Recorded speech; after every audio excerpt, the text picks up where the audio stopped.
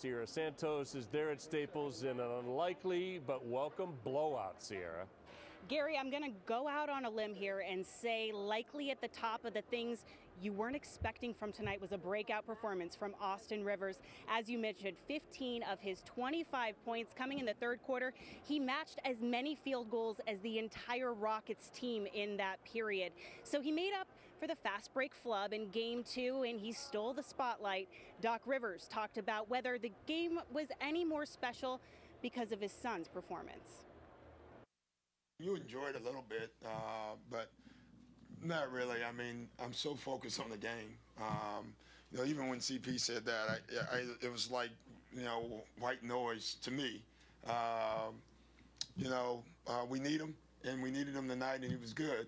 And that's, probably later I'll be more excited about it. But then, right when I turn the film on, I'll be back already thinking about the next game.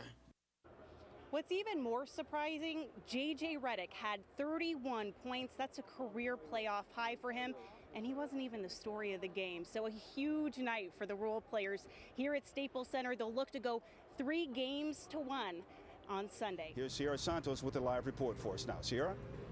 Hey, Jim, we're actually live outside of Staples Center. That's because the Clippers are on the court right now holding a closed practice until about 3:15. They're prepping for what will be a very desperate Rockets team. Doc Rivers and his squad know exactly how an embarrassing loss can actually end up fueling motivation in the next game. There to take it all in is our Siera Santos with more. Siera? Gary, the first half really bogged down by that hack-a-DJ strategy, but it backfired on the Rockets as neither side was able to get into any type of offensive rhythm. DeAndre Jordan broke a playoff record with 28 free throw attempts in one half. His 34 on the night were 4 more than the entire Rockets team. But after the game, Doc Rivers said it should still be called the Hack-a-Shaq in honor of Shaquille O'Neal, but regardless of whatever you want to call it, the hack-a-whoever strategy didn't work tonight for the Houston Rockets. It backfired as neither team was able to get into any type of rhythm. The game was just bogged down, and everyone seemed to have an opinion about it after the game, including DeAndre Jordan. DeAndre, they started intentionally fouling you 3 minutes and 40 seconds into the game. What was your thought at that point?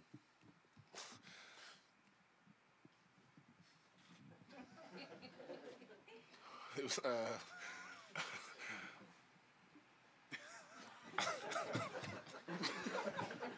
Yo, answer the question, man. You can't just get up. I just tried to stay focused, and we executed. Personally, I don't like it, but I guess different coaches have their different philosophies on on the game. So. As for changing the intentional fouling rule, J.J. Redick was asked about it, and he said that's up to Adam Silver, but when you're playing in the game, it's really not fun when you're going through it. And Spencer Hawes also answered that question and joked it's way above his pay grade. The Rockets will likely rethink their defensive strategy for Game 5. Their backs are against the wall as they face elimination. And as for the Clippers, they're playing the right kind of basketball at the right time. Guys, we'll send it back to you in the studio. Witness the blowout firsthand, Siera. This is the start the Ducks were hoping for. Yeah, Bobby, since both teams are so efficient at launching third-period comebacks, the series is really going to come down to which team can strike first. And Anaheim did exactly that and so much more. There's 6 goals tonight, tying a franchise playoff record. Afterward, I asked the team about getting out to that early lead. It's going to be huge because, that this is a team that never quits. Calgary never quits, so it's good to get out in the lead and, stay on top of them. When we get that first goal, we got to continue. We got to go back at them with the next one and the next one. So I thought we did a good job of that, responding after the first goal. They're a team that we've played way too often the last 2 years that we know what they're made of, and this was an anomaly by any stretch of the imagination. This wasn't the way that we know Calgary's going to be. We know they're going to be a lot better on Sunday. Calgary hasn't won in this building in 9 years So game 2 will be on Sunday, and hopefully this dominant, inspiring win will inspire fans to get out and buy some tickets, because there were a lot of empty seats tonight here at Honda Center. Down to the side of that win streak, the Honda Center with our Siera Santos. Gary, the Ducks remain the only unbeaten team in the Stanley Cup playoffs, making it 6 in a row tonight here at Honda Center. Also, they've outscored the Flames 9-1 through the first 2 games, and tonight the star, Freddie Anderson, with his first career playoff shutout. Oh yeah, he's Freddie. He's just calm back there. He just lets puck come to him, and he makes that first stop when we clear the rebounds, and we did a great job of that tonight. I'm most excited about the 2 wins. That's pretty much all I care about right now. We play to win these games, and we've done a good job right now. Obviously, with a 2-0 lead and going into that barreling. So we're happy about that, but we're not satisfied at all.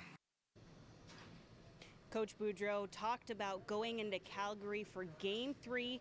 He mentioned the scouts have already said it's a much more louder, hostile environment than Winnipeg was. Siera Santos. Siera.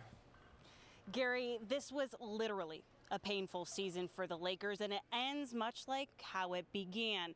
As you mentioned, this is now the worst season in franchise history, winning percentage-wise. And as for the Lakers, they were plagued by injuries all season long. A total of 13 guys sidelined in some capacity. So a big part of turning this ship around is going to be staying healthy. I think we got to get a little lucky with injuries. One, try to get everybody healthy going to the start of next season, and then going from there. But that's one of the key things, even though it's something we really can't control, but that's just something that, that we got to work on. We had a lot of guys who were hurt. A lot of our main guys, if they were a part of they're a part of the team, but if they were playing with us, being productive with us, putting in minutes, who knows how the season would have went. Might have went way different, so we have to get healthy. That's a big thing for us. So June's draft couldn't come soon enough for Lakers fans. They'll be looking to replenish with new talent and also hone in on key free agents. The first big date for the Lakers is May 19th. That's the NBA draft lottery.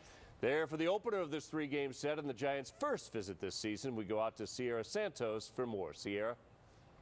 Gary, this is the first time since 2009 the Dodgers have won 8 consecutive home games in a row, and contributing to that aggressive offense tonight was rookie Jock Peterson. He had his 3rd homer of the season and already showing a great deal of maturity on the field, even though he just turned 23 last week. Yeah, I mean, I think it's a progression and you need to continually work, and yeah, I'm still missing some pitches, so it's a long process, and just want to keep putting brick over brick. So the Dodgers continue this 6-game home stretch tomorrow, and it's a pitcher's duel tomorrow. It's Madison Bumgarner versus Clayton Kershaw. And Gary, believe it or not, this is just the 5th time the 2 lefties have met in their careers. So we're going to look forward to that one, and I know you'll have all the highlights. All right, thanks, Siera.